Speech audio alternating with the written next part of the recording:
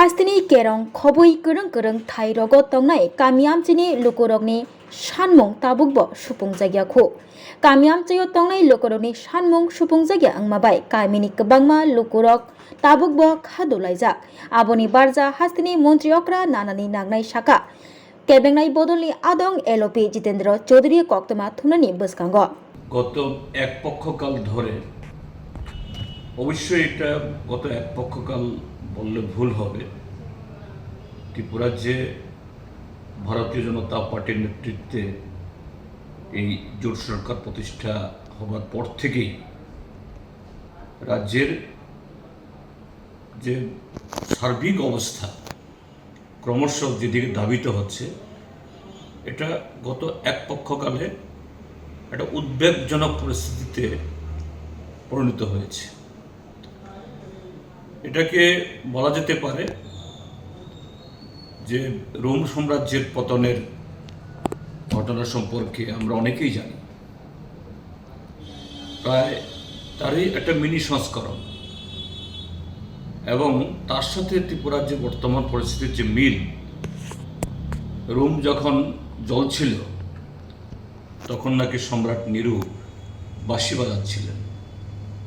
তিনি নির্লিপ্ত, তিনি উদাসীন, তিনি সম্পূর্ণ উদাস। ঠিক তেমনি আমাদের রাজ্যের বর্তমান শাসক দল এবং তার নেতা আমাদের রাজ্যের মাননীয় মুখ্যমন্ত্রী, তার ভূমিকাও এরকম পরিস্থিতি যদি একটু দেখা যায় একেবারে সেই নিরুর মতো তিনি সেভাবেই যেন অভিনয় বা সেরকম ভূমিকা করে যাচ্ছেন। প্রতিদিন দেখা যায় তিনি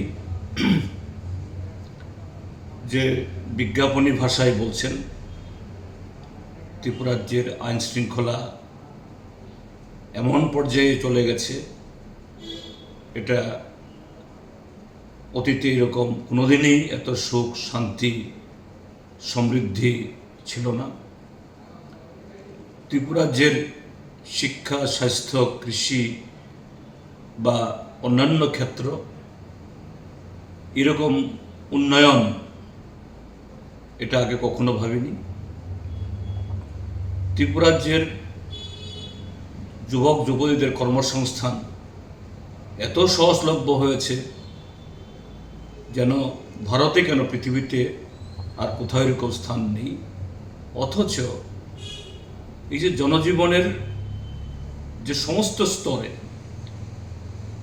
যে হতাশা নেমে এসছে বিগত 7.5 বছরের এই কুশাসন অপশাসনের, তার ক্ষেত্রফলস্বরূপ আজকে সকালে প্রভাতী পত্রিকাগুলো এগুলো যে শুধু সবগুলো পড়ার সুযোগ হয়নি, শুধু হেডলাইন দেখে আমি অত্যন্ত যে উদ্বিগ্ন, এবং নিশ্চয়ই এই ত্রিপুরাজ্যের প্রত্যেকটা নাগরিক আমার মতোই তার সে উপলব্ধি হবে যে গতকাল সোনামুড়াতে 80 ঊর্ধ্ব একজন বৃদ্ধকে সেখানে ডাকাতরা হাত পা বেঁধে নির্মমভাবে পিটিয়ে খুন করেছে। তার স্ত্রী 70 ঊর্ধ্ব মহিলা, তাকেও গুরুতর আহত করে গেছে এবং সর্বোচ্চ লুট করে নিয়ে গেছে। ইতিমধ্যে একটু সকলে জানেন গতকাল তেলিয়ামুড়াতে একজন লরি চালক রাত্রিবেলা দুর্ঘটনা ঘটেছে। রাত 2:30 নাগাদ সঙ্গে সঙ্গেই সেখানে যে জায়গায় লরি দুর্ঘটনা হয়েছে তার কাছে হলো টিএসআরের এই ব্যাটালিয়ন হেডকোয়ার্টার, সিআরপিএফের ক্যাম্প, তার পাশেই এসডিএম অফিস, আর একটু অদূরে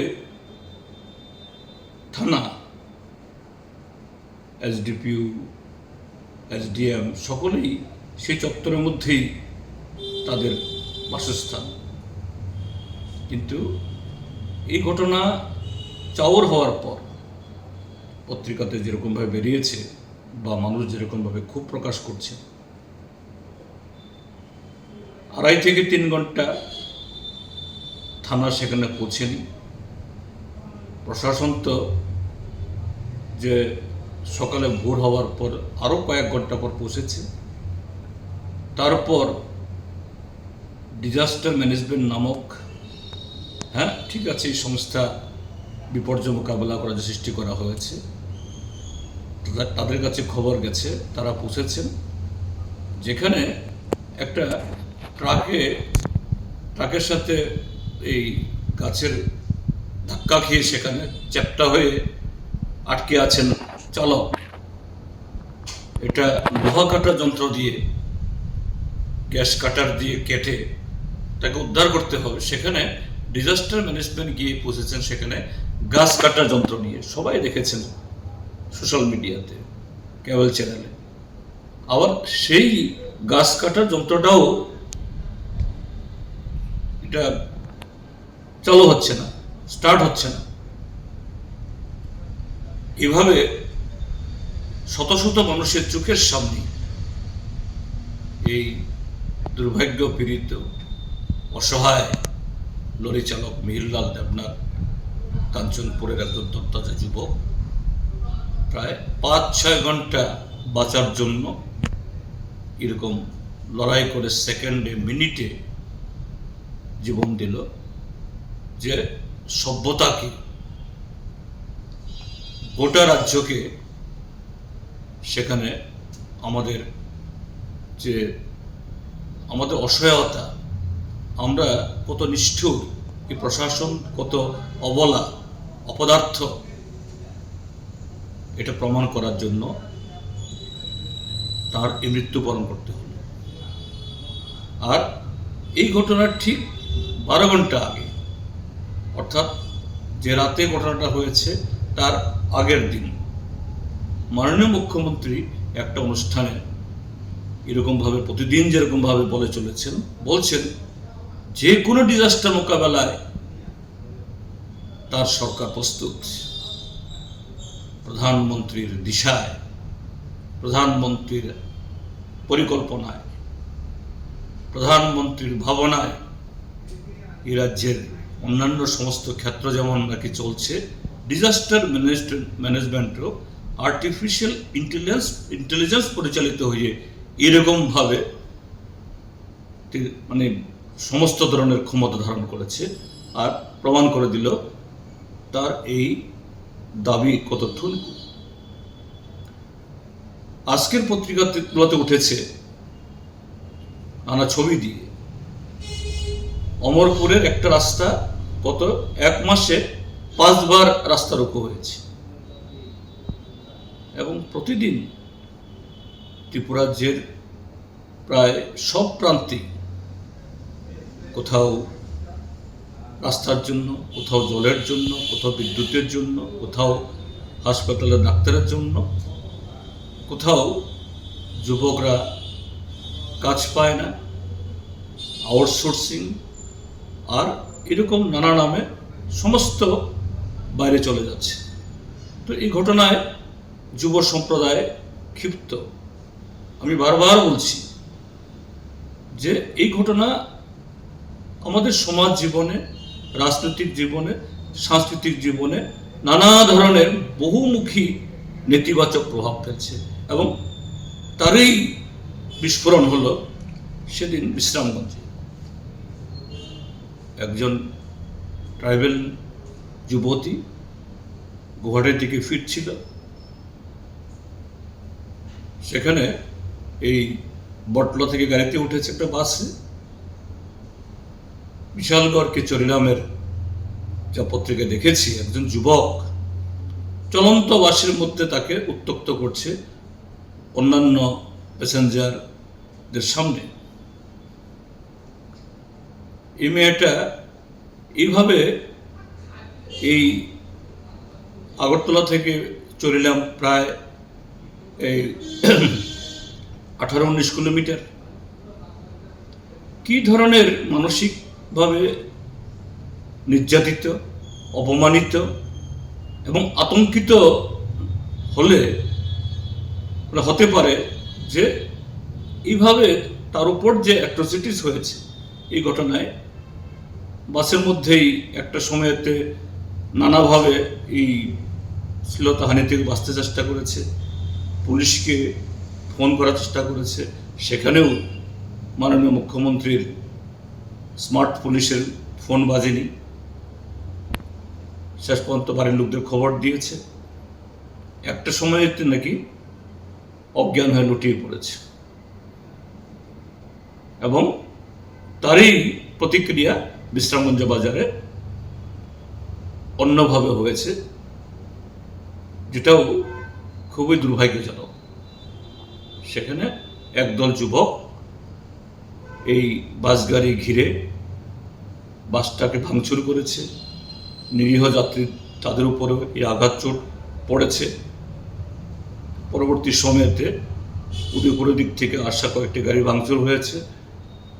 রাত 8:30 অবধি বিশ্রামগঞ্জের মধ্যে চরম উত্তেজনাকর পরিস্থিতি, শেষ পর্যন্ত পুলিশের লাঠিচার্জ ইত্যাদির পরে কোনো রকমে এখন প্রশমিত হয়ে এখনো থমথম হয়ে আছে। এটাও কেন ঘটল? আমি বলছি যে সার্বিকভাবে আজকে কর্মসংস্থান নেই, নেশাগ্রস্ত হয়ে যাচ্ছে যুবকরা, আইন শৃঙ্খলা ভেঙে পড়েছে। এই ঘটনাও তার পরোক্ষ যে মানে কি বলে তার পরিণতি, কারণ যে যুবকটা, যে কালপ্রিটটা, এই যুবতী মেয়েটার শ্লীলতাহানি করল, নিশ্চয়ই এটা বিশালগড় চল্লাম এলাকার কোনো শাসক দলের হুমরা চুমরা। এদের চেহারা দেখলে সবাই আতঙ্কিত হয়। এই ঘটনা ঘটেছে, কেউ প্রতিবাদ করতে পারেনি, সাহস করেনি, আবার সুযোগ বুঝে নেমেও গেছে একটা জায়গাতে। আবার সেই ঘটনার প্রতিক্রিয়া আরেক দল যারা করল, শোনা যায় এরাও আমাদের রাজ্যের শাসক কুলের আরেকটা গোষ্ঠী। যেভাবে এই দুই গোষ্ঠী ওই খোয়াইয়ের আশ্রম বাড়ি, জাম্পুই জলা, টাকার জলাতে প্রায় প্রতিদিন পালা করে, সেখানে খবর হচ্ছে এক দল আরেক দলকে মারপিট করছে, এক দল আরেক দলের আরেক পার্টির বাড়িতে আগুন জ্বালাচ্ছে, অফিস জ্বালিয়ে দিচ্ছে। নেতৃত্বরা আবার সুযোগ বুঝে ভালো মানুষ সেজে রাতে এসে সোশ্যাল মিডিয়াতে লাইভ করে আবার যে শান্তি বজায় রাখার জন্য আবেদন জানালেও এটা কেউ শুনছে না। এটাও তাই।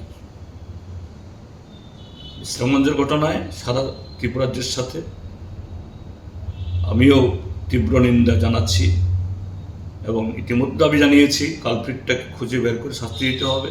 ঠিক তেমনি যে এই বিশ্রামগঞ্জ যাওয়া হলো, এটাও তদন্ত করতে হবে।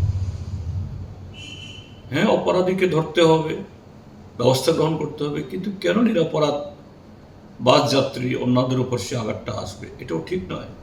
এবং এর সাথে এটাও বলবো যে সমস্ত অংশে মানুষকে আইন হাতে না নিয়ে শান্তি বজায় রাখার জন্য। তো সার্বিকভাবে এই ঘটনাগুলো তার দায় শাসক দল বিজেপি এড়াতে পারে না, এবং তার যে মুখ্য নেতৃত্ব, মুখ্যমন্ত্রী, তিনি এই সমস্ত ঘটনায় আরও বেশি তিনি তার জন্য তাকে দায় নিতে হবে। তিনি 2.5 ডজন দপ্তর নিজের হাতে রেখে দিয়েছে, আর প্রতিদিন তিনি এই উদ্বোধন সে উদ্বোধন, ওই শনি পূজা থেকে যে কাজগুলো অন্যান্য মন্ত্রী করার কথা এগুলো নিয়ে ব্যস্ত। তিনি রাজ্যের স্বাস্থ্য হাব, শিক্ষা হাব, তিনি রাজ্যের মধ্যে এই বিশ্ব কেবল ওয়ার্ল্ড ক্লাস স্বাস্থ্য ফেসিলিটি হসপিটালে গেলে পরিষেবা পাওয়া যায় না, ওয়ার্ল্ড ক্লাস শিক্ষা ফেসিলিটি, শিক্ষক নেই, ওয়ার্ল্ড ক্লাস যোগাযোগ ব্যবস্থা, কি গ্রামের কি শহরের, ভেঙে চুরে চৌচির হয়ে আছে, প্রতিদিন রাস্তার উপর হচ্ছে। ওয়ার্ল্ড ক্লাস পানীয় জল, হাজার হাজার কোটি টাকা খরচ করেছে এই জল জীবন মিশনের নামে, কিন্তু বর্ষাতেও জল নেই, শুকাতেও জল নেই। কাজে তার বিরুদ্ধে আমি রাজ্যবাসীকে বলবো, সরকারের এই যে কুম্ভকর্ণ ভাঙানোর জন্য বা নিরু আজকে সাম্রাজ্য পুরে সারখার হয়ে যখন যাচ্ছে, তার নেতা তিনি বাঁশি বাজাচ্ছেন, তার কোনো ধরনের সম্বিত ফিরছে না। সম্বিত ফেরানোর জন্য সোচ্চার হন, কথা বলুন। এই জন্য আমাদের দল করতে হবে এ কথা বলছি না। আমি জানি এ রাজ্যের যারা বিজেপিকে ভোট দিয়ে তাদের কথায় যারা এই তাদের সমর্থন করেছেন, তারাও এখন মর্মাহত। তাদেরকেও বলবো, প্রতিবাদ করুন, রাজ্যকে বাঁচাতে হবে। আমাদের ভবিষ্যৎকে সুরক্ষিত করতে হবে। ভবিষ্যৎ প্রজন্মের জন্য আমাদের রাজ্যের শিক্ষা, সংস্কৃতি, রাজনীতি, অর্থনীতি সব কিছু যেভাবে ভেঙে তছনছ করে কিছু লোক শুধু মুনাফা তৈরি করার জন্য এসব করছে, এর থেকে রক্ষা করতে হবে।